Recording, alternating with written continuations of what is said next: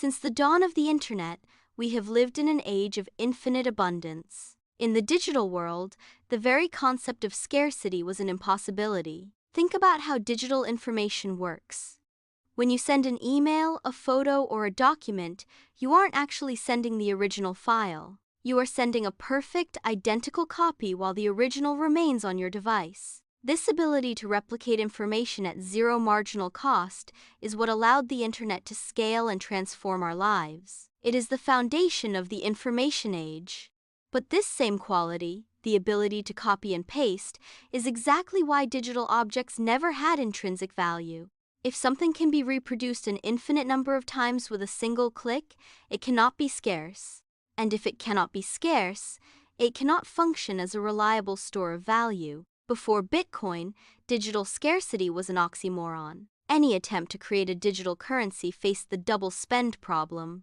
If I have a digital coin that is just a file on my computer, what stops me from sending that same file to 10 different people at the same time? In the past, the only way to solve this was through a central authority. This central authority was bank or a company that kept a master list to make sure the same unit wasn't used twice. We were forced to trust the gatekeeper to tell us what was real and what was a copy. We were dependent on their ledgers to simulate a sense of limit. But even then, the system wasn't truly scarce, it was just controlled.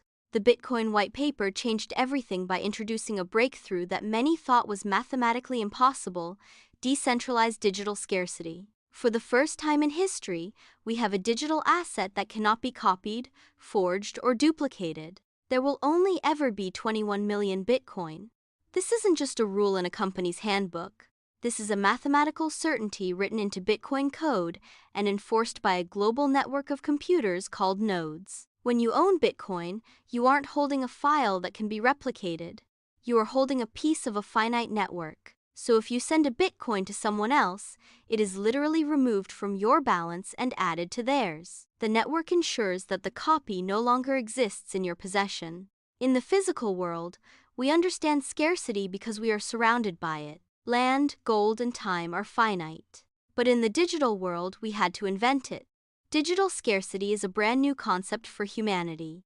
It represents the first time we have managed to take the absolute finitude of the physical world and transplant it into the digital realm. This is why Bitcoin is often referred to as digital gold. Like gold, it must be mined through effort and energy. And like gold, there is a limited supply. But unlike gold, Bitcoin scarcity is perfectly transparent and verifiable by anyone with an internet connection. This scarcity is what gives Bitcoin its power as a financial revolution. In a world where central banks can print trillions of dollars, diluting the value of your hard work and your savings, Bitcoin stands as a fixed point. It is an island of certainty in a sea of infinite digital noise. Understanding digital scarcity is the key to understanding why Bitcoin isn't just a tech trend. It is a fundamental upgrade to the way humanity stores value across time and space.